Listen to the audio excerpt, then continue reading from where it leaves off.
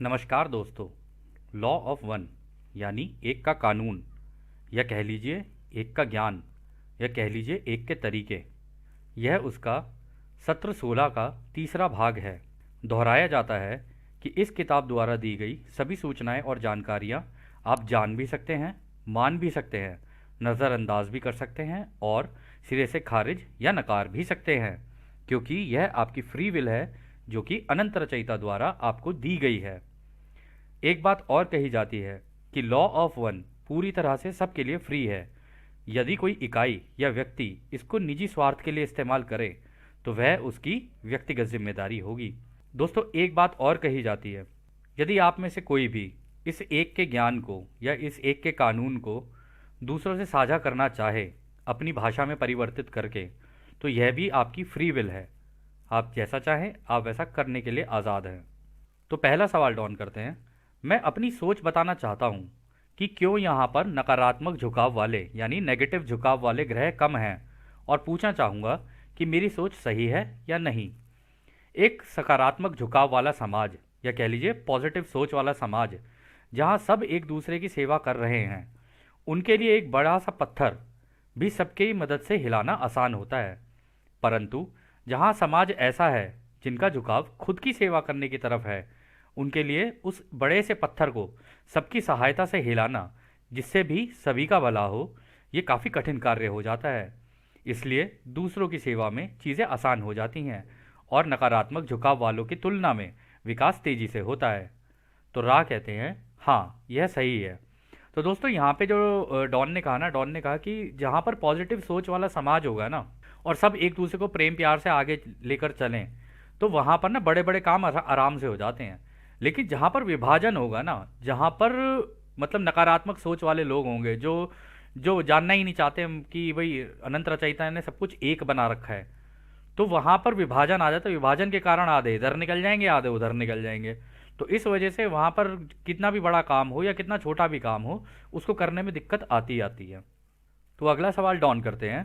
आपका बहुत बहुत धन्यवाद। क्या आप बता सकते हैं कि किसी भी ग्रह के महासंघ को कैसे बनाया जाता है और क्यों बनाया जाता है? तो रा कहते हैं, सेवा करने की इच्छा की शुरुआत प्रेम या समझदारी की घनत्वता यानी कि चौथी घनत्वता से होती है, और यह उनके समूह का अत्यधिक तीव्र लक्ष्य होता है, यानी कि उनमें सेवा की भावना काफ़ी तीव्र होती है।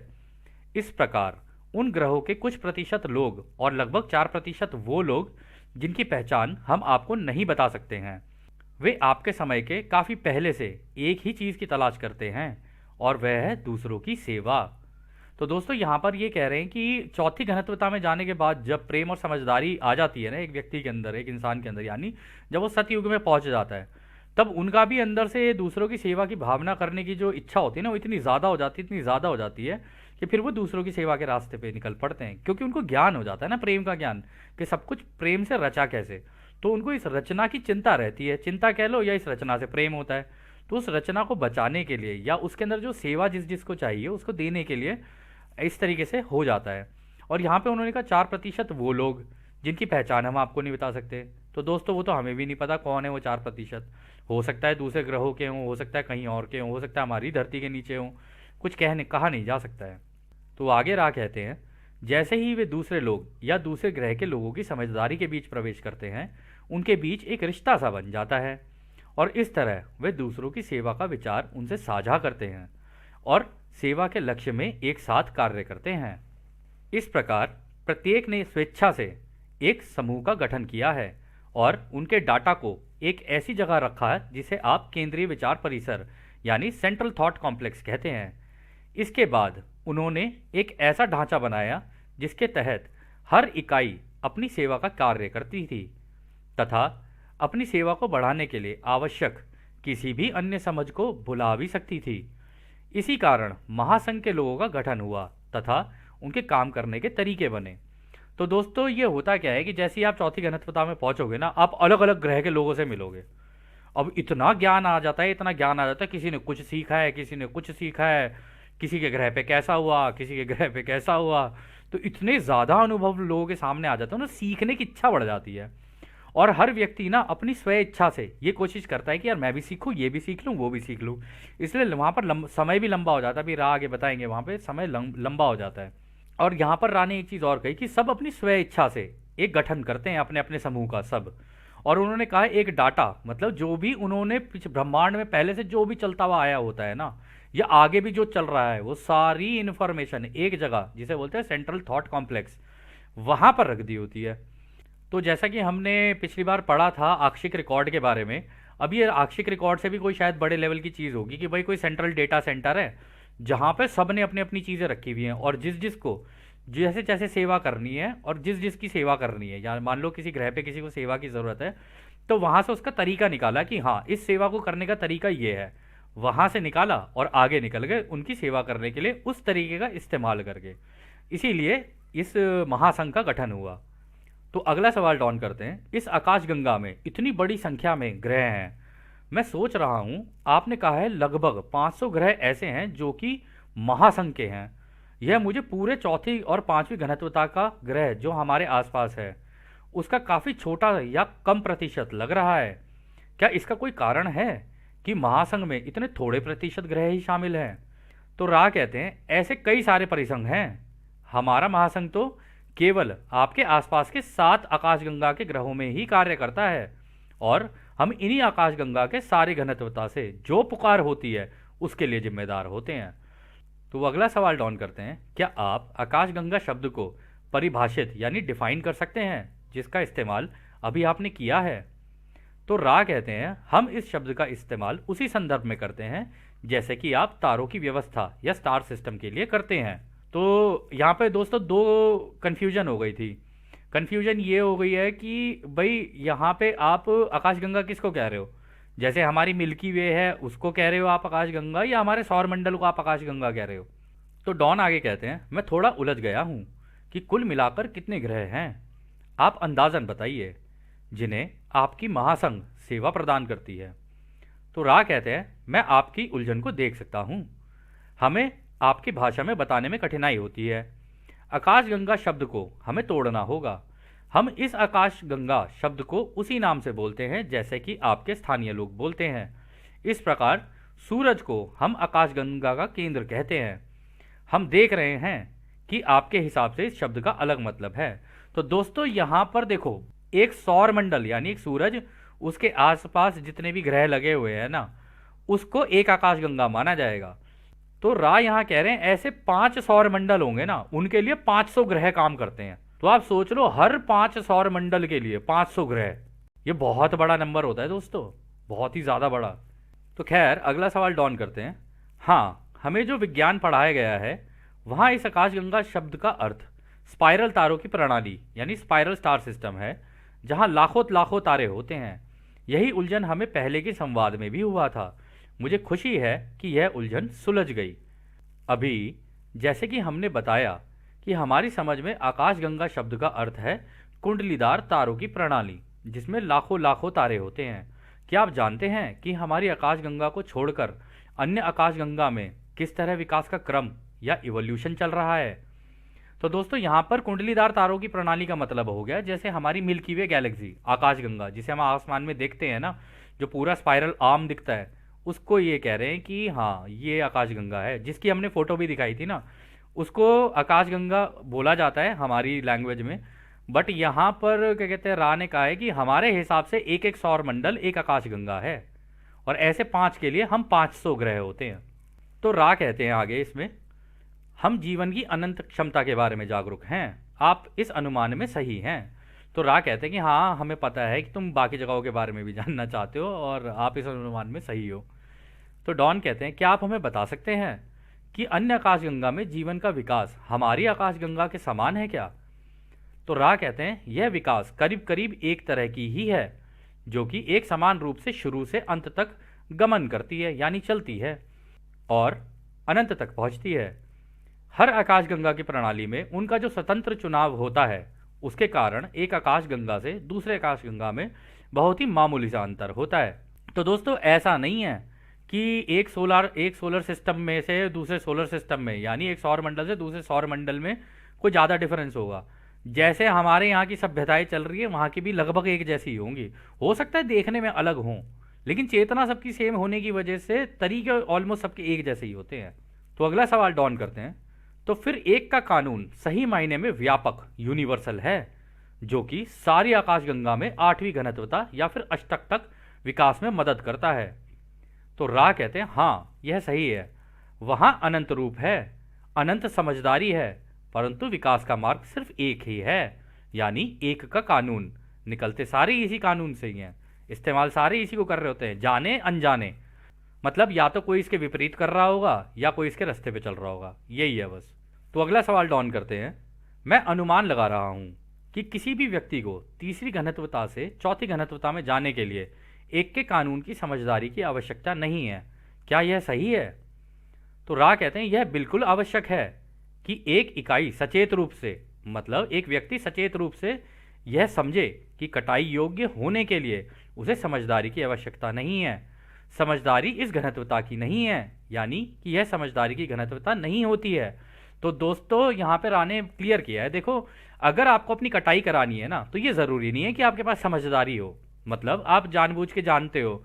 अगर आप धीरे धीरे, हालांकि एक के ज्ञान का इस्तेमाल करोगे तो स्पीड तेज हो जाती है, बस यही होता है। तरीके पता चल जाते हैं कि हाँ अगर मुझे अपनी कटाई करवानी है, अगर मुझे सतयुग में जाना है तो कैसे तेजी से निकलें। तो इसमें ये ज़रूरी नहीं है कि भाई किसकी कटाई होगी किसकी नहीं होगी, कोई जाने अनजाने अपनी करवा लेगा, कोई जानबूझ के करवा लेगा, यही है बस। तो डॉन कहते हैं ये बहुत ही महत्वपूर्ण बिंदु है, मैंने गलत शब्द का इस्तेमाल किया है। मैं यह कहना चाहता था कि किसी भी व्यक्ति के लिए यह आवश्यक नहीं है कि तीसरी से चौथी घनत्वता में जाने के लिए वह सचेत रूप से एक के कानून के प्रति जागरूक हो। तो रा कहते हैं हाँ यह तुम्हारा कहना सही है। तो डॉन ने भी दोस्तों यहाँ पर दोबारा एक ही चीज़ बोली कि ज़रूरी नहीं है सतयुग में जाने के लिए आपको पूरे एक के ज्ञान का सारा कुछ ही पता हो, कोई जाने अनजाने पहुँचेगा, कोई जानबूझकर पहुँचेगा, यही हो सकता है बस। तो खैर अगला सवाल डॉन करते हैं। अच्छा तो फिर किस घनत्वता में किसी भी इकाई को सचेत रूप से एक के कानून के प्रति जागरूक होने की आवश्यकता है? तो रा कहते हैं 5वीं घनत्वता की कटाई ही वह कंपनता है जो सचेत रूप से एक के कानून को सम्मान कर्तव्य के रूप में स्वीकार करते हैं। यह जिम्मेदारी सम्मान की ही कंपनता की नींव है। तो दोस्तों यहाँ पर रा कह रहे हैं कि 5वीं घनत्वता में जब कोई पहुंच जाता है, पहले यहां से निकलेगा, पहले प्रेम का ज्ञान लेगा पूरा, फिर प्रेम का ज्ञान लेके फिर रोशनी का ज्ञान लेगा पूरा कि भाई रोशनी से सारी रचना होती कैसे है, और रोशनी ये काम करती है तो किस तरीके से काम करती है, क्योंकि अलग अलग कंपनताओं का आपको हिसाब लगाना होता है कि ये सामने वाली चीज़ अगर चलती फिरती है या कोई व्यक्ति है, क्या है इसकी कंपनता, क्या है इस वक्त। अगर मुझे इससे बात करनी है तो इसकी कंपनता से अपनी सोच को मैच करना पड़ेगा। अगर सोच मैच कर गई तो मैं इससे बात भी कर सकता हूँ, इससे जैसे चाहे अपना एक रिलेशनशिप बिल्ड कर सकता हूँ। इसलिए उस घनत्वता में जाके जब आपको ये ज्ञान हो जाता है ना कि हाँ अब हो गया रोशनी का ज्ञान, तब जो भी व्यक्ति उसके अंदर होगा ना वो इसको सम्मान और कर्तव्य की तरह लेता है कि हाँ अब मैं करूँगा रचयिता का काम अच्छे तरीके से। तो अगला सवाल डॉन करते हैं, क्या आप हमें इस सम्मान जिम्मेदारी की अवधारणा के बारे में और बता सकते हैं? तो रा कहते हैं हर जिम्मेदारी एक सम्मान है और हर सम्मान एक जिम्मेदारी है। दोस्तों कितना सुंदर बोला है कि हर जिम्मेदारी एक सम्मान है और हर सम्मान एक जिम्मेदारी है। मतलब जिम्मेदारी है तो उसको अपना सम्मान समझो, और अगर सम्मान समझ रहे हो तो फिर उसे पूरी जिम्मेदारी से निभाओ। तो आगे का सवाल डॉन करते हैं। मैं बल्कि एक संदिग्ध क्वेश्चनेबल सवाल पूछना चाहता हूं जो कि शायद मैं इस पुस्तक में ना रखूं। मैं सोच रहा था कि यह जो पशुओं के अंग भंग म्यूटिलेशन की घटना पूरे देश में हो रही है उसके बारे में आप समझा सकते हैं क्या?